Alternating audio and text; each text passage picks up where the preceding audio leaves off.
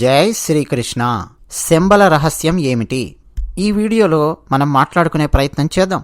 కల్కి అవతారం గురించి మనం మాట్లాడుకునేటప్పుడు శంబల అన్న ఊరి పేరు మనకు వినిపిస్తుంది. మరి కల్కి పుట్టబోయే లేదా అవతరించబోయే శంబల, ఇప్పుడు మనం మాట్లాడుకోబోయే శంబల ఒకటేనా కాదా?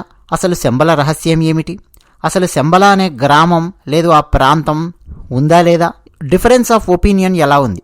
శంబల ఇది కాదు అక్కడుంది, అది కాదు ఇక్కడుంది అన్నటువంటి డిఫరెన్స్ ఆఫ్ ఒపీనియన్, ఒక చర్చ, వాదన, అవన్నీ ఏమున్నాయి? శంబల రహస్యాన్ని ఛేదించడానికి ప్రయత్నం చేసిన వాళ్ళు ఎవరు? చరిత్రలో ఏం జరిగింది? అవన్నీ మనం ఈ వీడియోలో మాట్లాడుకునే ప్రయత్నం చేద్దాం. క్రితం వీడియోలో శ్రీమన్నారాయణుని యొక్క దశావతారాలలో చిట్ట చివరి అవతారమైన కల్కి అవతారం, కలియుగం యొక్క చివరి పాదంలో వచ్చే కల్కి అవతారం, ఆ అవతార విశిష్టత ఏమిటి అన్నది మనం మాట్లాడుకున్నాం. భాగవతం ఆధారంగా, కల్కి పురాణం ఆధారంగా మనం మాట్లాడుకున్నాం. మరి కల్కి అనగానే శంబల గ్రామంలో అవతరిస్తాడు అని చెప్పి మనం మాట్లాడుకున్నాం. మరి ఆ శంబల అనేది ఎక్కడుంది అంటే, ఒక ఆధ్యాత్మిక నగరం శంబల. నిజానికి శంబలకు సంబంధించి మన భారతీయ సనాతన ధర్మంలో ఉన్నటువంటి పురాణాలలోనూ ఉంది, బౌద్ధులకు సంబంధించిన సాహిత్యంలో కూడా శంబల అనేటువంటి నగరం గురించి చర్చించబడింది. కొన్ని పరిశోధనలు కానీ, కొన్ని భారతీయ గ్రంథాలు కానీ, బౌద్ధ సాహిత్యంలో కానీ రచించిన దాన్ని గమనిస్తే ఇతర ప్రపంచానికి, బాహ్య ప్రపంచానికి తెలియనటువంటి ఒక లోకం హిమాలయ పర్వతాలలో ఉంది. దాని పేరే శంబల అని చాలా చర్చలు అని కూడా ఉన్నాయి. అయితే పాశ్చాత్యులు ఈ శంబలను హిడెన్ సిటీ అని చెప్పి కొంతమంది పిలవడము, ఫర్బిడెన్ సిటీ అని చెప్పి కొంతమంది పిలవడము, రకరకాల పేర్లతో ఈ శంబలను పాశ్చాత్యులు పిలవడం వాళ్ళు రచించినటువంటి గ్రంథాలలో మనకు కనిపిస్తుంది. అయితే ఆ శంబల అన్నటువంటి ప్రాంతము హిమాలయ పర్వతాలలో మనుషులెవరూ చేరుకోలేని చోట ఉంది అని చెప్పి, ఎవరికి కనిపించదు అని, అది కనిపించాలన్నా, అక్కడికి చేరుకోవాలన్నా చాలా చాలా శ్రమించాలి, శారీరకంగానే కాదు మానసికంగా కూడా చాలా శ్రమించాలి అన్న చర్చ ఉంది. ఆ నగరాన్ని దర్శించాలి అనుకుంటే దానికి కూడా ఒక యోగం ఉండాలి, ఎవరికి పడితే వాళ్ళకి కనిపించదు అని చెప్పి పెద్దలు వ్యాఖ్యానిస్తూ ఉంటారు. అక్కడ దేవతలు సంచరిస్తూ ఉంటారని, ధర్మం 4 పాదాల మీద నడిచే ప్రాంతం శంబల అని పెద్దలు చెప్తూ ఉంటారు. అయితే ఈ శంబలకు సంబంధించి మరి భారతీయ సనాతన ధర్మంలో ఉంది కదా, నిజంగా హిమాలయ పర్వతాలలో ఈ శంబల ఉందా అని పరిశోధనలు చేసినటువంటి వాళ్ళు కూడా చాలామంది ఉన్నారు. ఎందుకంటే ఇంతకుముందే మనం మాట్లాడుకున్నాం, బౌద్ధులకు సంబంధించిన గ్రంథాలలో కూడా ఉంది శంబల చాలా ఆహ్లాదకరంగా ఉంటుంది అని, నిత్యం సుఖ సంతోషాలతో ఆయుర ఆరోగ్యాలతో అక్కడ ప్రజలు ఉంటారని, మామూలుగా మనందరి ఆయుర్దాయం ఎంతుంటుందో అంతకు రెట్టింపు ఆయుర్దాయం శంబలలో ఉన్న వాళ్లకు ఉంటుంది అని, ఇట్లా రకరకాలుగా బౌద్ధ గ్రంథాలలో కూడా చాలా చోట్ల రచించబడి ఉంది. ఆ శంబలకు సంబంధించి కనుక్కోవడం కోసము రష్యన్స్ బాగా కృషి చేశారు. ముఖ్యంగా 1903లో కొంతమంది భారతీయ శాస్త్రవేత్తలు కూడా ఈ శంబల నగరాన్ని అన్వేషించుకుంటూ వెళ్ళారు. ఆ తర్వాత తమ ప్రయాణంలో హిమాలయాలలో చూసినటువంటి వింతలు, విశేషాలు, వాటన్నింటితో ఒక నివేదిక తయారు చేశారు. ఆ నివేదిక చదివిన తర్వాత మరికొంతమంది కూడా శంబల చూడాలి అని చెప్పి ప్రయత్నాలు చేసినట్టుగా మనకు అర్థమవుతోంది. అయితే ఈ శంబల అన్నటువంటిది ఉంది అని ప్రపంచానికి 20వ శతాబ్దంలో చర్చలోపలికి తీసుకొచ్చిన వ్యక్తి నికోలస్ రోయిచ్. రష్యన్ చిత్రకారుడు, రచయిత, పురావస్తు శాస్త్రవేత్త, థియోసాఫిస్టు, తత్వవేత్త నికోలస్ రోయిచ్. ఆయన నిరంతరం శంబల మీద పరిశోధనలు సాగిస్తూ తన జీవితాన్ని మొత్తం దానికే వెచ్చించాడు. మనం సినిమాలలో చూస్తుంటాం చూడండి, ఒక సబ్జెక్టు మీద జీవితాంతం ఇక మొత్తం పరిశోధన అంతా ఒక సబ్జెక్ట్ మీదే పెట్టి బతికే సైంటిస్టులు నవలల్లో అక్కడక్కడ చదువుతుంటాం. కానీ నిజంగా అటువంటి శాస్త్రవేత్తలు ఉన్నారండోయ్. ఇదిగో నికోలస్ రోయిచ్ తత్వవేత్త అని చెప్పుదాం. ఇక నిరంతరం వెతుకుతూ ప్రజలకు శంబల గురించినటువంటి విషయాలు పుస్తకాలలో రాయడం మొదలుపెట్టాడు. ఎందుకంటే ఆయనకు భారతీయ సంస్కృతి సాంప్రదాయాలు అంటే చాలా ఇష్టం నికోలస్ రోయిచ్కు. అలా వచ్చి ఆ హిమాలయ పర్వత ప్రాంతాలలో తిరిగాడు. కులు ప్రాంతంలో ఒక ఆశ్రమాన్ని కట్టుకొని అక్కడే ఉండిపోయాడు. ఆయన మరణించేంత వరకు శంబల గురించి అన్వేషిస్తూనే ఉన్నాడు. రోయిచ్ మరణించిన తర్వాత శంబలకు సంబంధించిన చాలా విషయాలు బయటకు వచ్చాయి. కులులో ఉన్నటువంటి రోయిచ్ ఎగ్జిబిషన్లో ఈ వివరాలన్నీ కూడా మనకు అర్థమవుతాయి. నిజానికి ఆయన చిత్రకారుడు కాబట్టి రోయిచ్ హిమాలయ పర్వత ప్రాంతాలలో ఆ శంబలకు వెళ్లే దారిని ఒక చిత్రంలో అత్యంత రహస్యంగా చిత్రీకరించాడు అని, ఆయన గీసినటువంటి బొమ్మలన్నింటినీ, ఆ చిత్రాలన్నింటినీ జాగ్రత్తగా పరిశీలిస్తే శంబలకు వెళ్లే దారిని డీకోడ్ చేయొచ్చు అని చెప్పి అంటూ ఉంటారు. కానీ దాన్ని ఇంతవరకు తీసుకొని డీకోడ్ చేసినటువంటి వాళ్ళైతే ఎవరు ఉన్నట్టుగా మనకేం కనిపించదు చరిత్రలో. అయితే రోయిచ్ రాసినటువంటి పుస్తకంలో ఒక చోట ఏం రాశాడంటే, అంటే అక్కడ హిమాలయ పర్వతాలలో చాలామంది మహర్షులను, చాలామందిని కలుస్తూ ఉండేవాడు. ఏం రాశాడంటే, కల్కి అవతారం రావడం కంటే ముందు ఎర్రని రాయితో చేసినటువంటి గుర్రం సకిలిస్తుంది, అంతేకాదు ఆ జీవశిల అనేక ప్రాంతాలలో భారతదేశంలో తిరుగుతుంది, కల్కి జన్మించడానికి ముందు కరెక్ట్గా ఆ జీవశిల మళ్ళీ శంబలకు చేరుకుంటుంది అని చెప్పి తన రచనల్లో రాసుకుంటూ వచ్చాడు. నిజానికి ఆ జీవశిలకు చింతామణి అని చెప్పి పేరు పెట్టాడు. కల్కి అవతారాన్ని వర్ణిస్తూ గీసే చిత్రాలలో కూడా మనకు చాలా చోట్ల ఈ చింతామణి కనిపిస్తూ ఉంటుంది. ఆ తర్వాత శంబల మీద హిట్లర్కు చాలా చాలా ఆసక్తి వచ్చింది. ఇక్కడ ఏదో శంబల అని చెప్పి ఒక ఫర్బిడెన్ సిటీ ఉందట హిమాలయాలలో. ఈ రోయిచ్ అనే అతను పుస్తకాలు రాశాడు, బొమ్మలు గీశాడు, ఇవన్నీ చేశాడు కదా, మరి అక్కడ ఏమైనా అద్భుతమైన శక్తులు ఉన్నాయా, నిరంతరం జీవించి ఉండగలిగే శక్తులు, లేదు అక్కడికి వెళ్ళి ఉంటే మన ఆయుర్దాయము రెట్టింపవడము, ఇటువంటి ఇంకా అద్భుతమైన శక్తులు ఏమన్నా ఉన్నటువంటి ప్రాంతం హిమాలయాలలో ఉందా అని చెప్పి తెలుసుకోవాలని చెప్పి హిట్లర్ కూడా తన గూఢచారులను పంపించాడు. వాళ్ళు కూడా చాలామంది హిమాలయాలలో శంబల కోసం అన్వేషించినట్టుగా, కానీ ఆ శంబల రహస్యాన్ని కనుక్కోలేకపోయినట్టుగా మనకు కనిపిస్తుంది రకరకాల పుస్తకాలలో.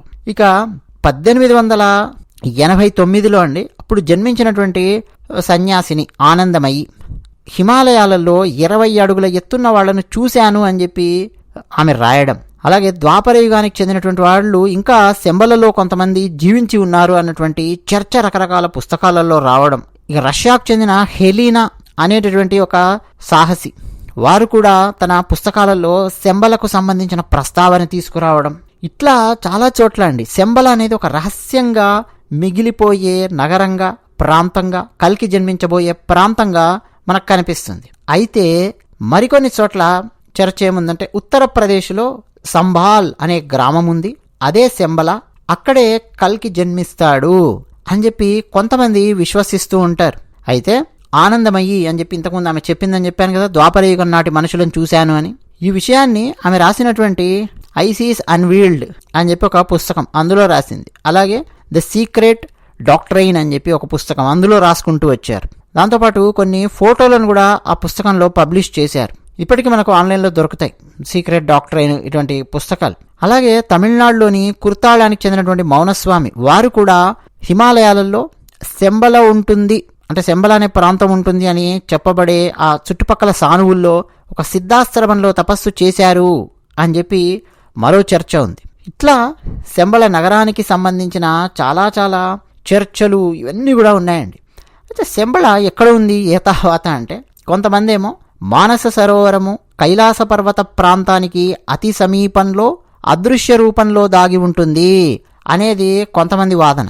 మరికొంతమంది ఏమో లేదు ఎవరెస్ట్ శిఖరం ఉంది కదా, ఆ ఎవరెస్ట్ శిఖరము వెంట అలా వెళుతూ ఉంటే దాని అడుగు భాగం నుంచి ఒక సొరంగం వస్తుంది అని, ఆ సొరంగం గుండా వెళితే పెద్ద పెద్ద గుహలు అన్నీ కనిపిస్తాయని ఆ హిమాలయ పర్వతాలలో, అక్కడి నుంచి లోపలికి వెళితే మళ్ళీ వేరే వేరే సొరంగాలు కనిపిస్తాయని, అది దాటి వెళితే అంటే గొలుసు కట్టులాగా ఉన్నటువంటి పర్వతాల క్రింద నుంచి సొరంగాలు వస్తూ ఉంటాయి.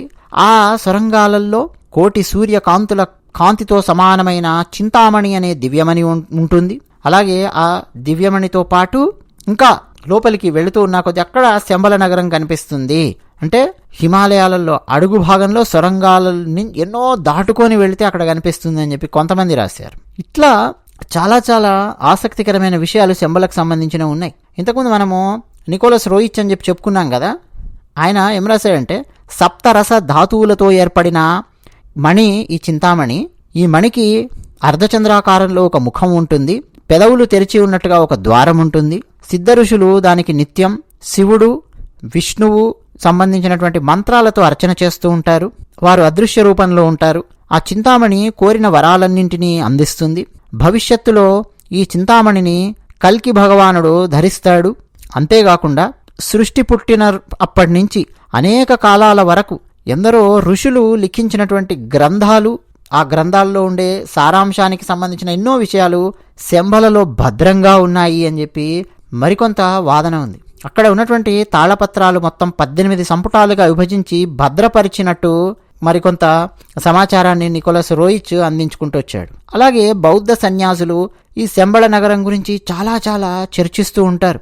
మణిపద్మహం అనేటటువంటి మంత్రాన్ని వీళ్ళు నిత్యం జపించుకుంటూ రావడము, అలాగే శంబళకు సంబంధించిన రకరకాల అదృశ్య శక్తులకు సంబంధించిన ఎన్నెన్నో విషయాలు బౌద్ధ సాహిత్యంలో మనకు కనిపించడము పరిపాటిగానే మారింది. అయితే ఈ సైన్స్ యుగంలో కొంతమంది ఎట్లా శంబళలోకి ఎలా ప్రవేశించవచ్చు అని చెప్పి ప్రశ్నలు వేసేవాళ్ళు ఉంటారు.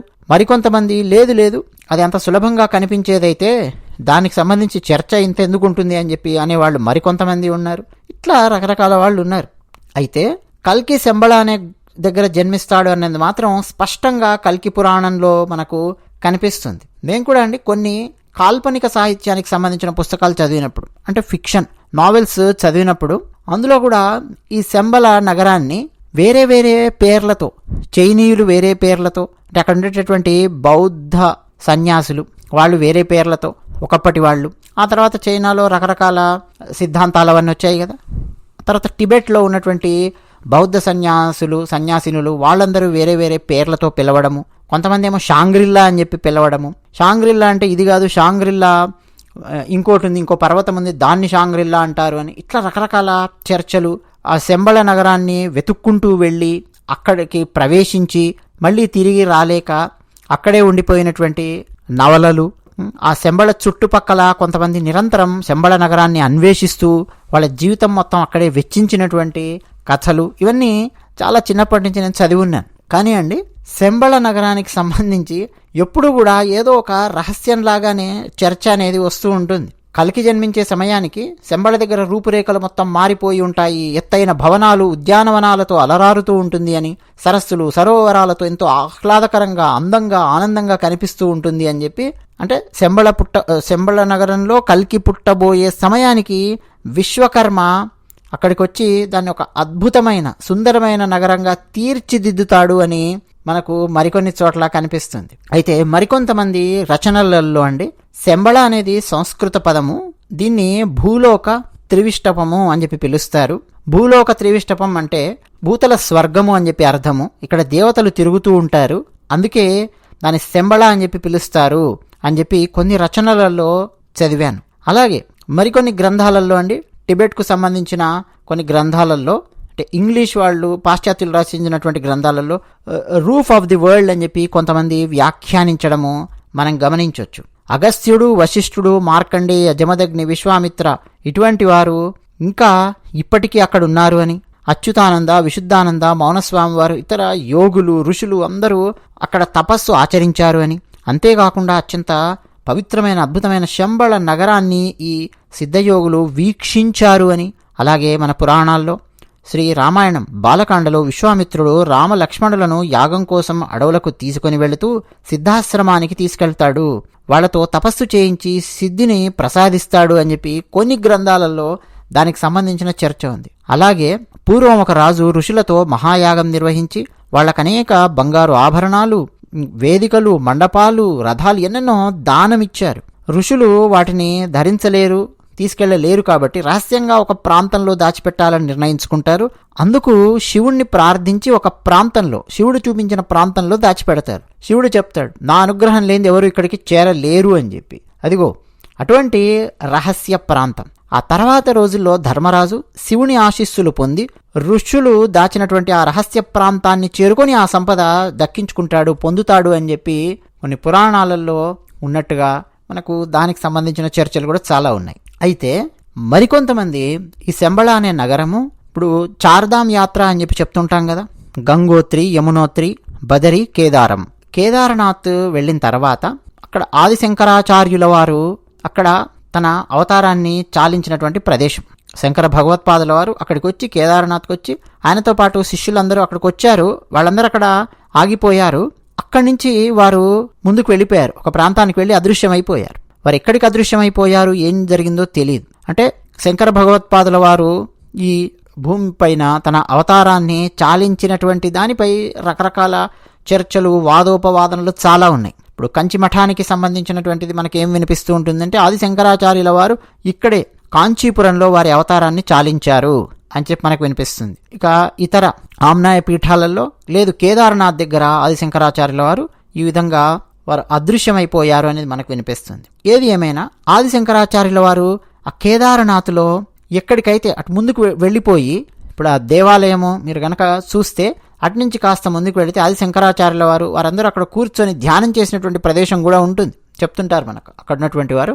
అక్కడి నుంచి కాస్త ముందుకు అలా వెళ్ళిపోయి ఇంకాస్త పైకి హిమాలయాలలో అలా వెళ్ళిపోయి వారు అదృశ్యమైపోయారు అని చెప్తుంటారు. ఎక్కడికి అదృశ్యమైపోయారు ఏంటి అన్నటువంటి చర్చ వచ్చినప్పుడు అటువైపే శంబళ ఉన్నది అన్న చర్చ కొంతమంది పండితులు తీసుకొని వస్తూ ఉంటారు. అంటే శంబళ నగరం అన్నది కేదార్నాథ్ దాటిన తర్వాత అటువైపు ఉన్నది అన్నటువంటిది ఒక వాదన ఉన్నది.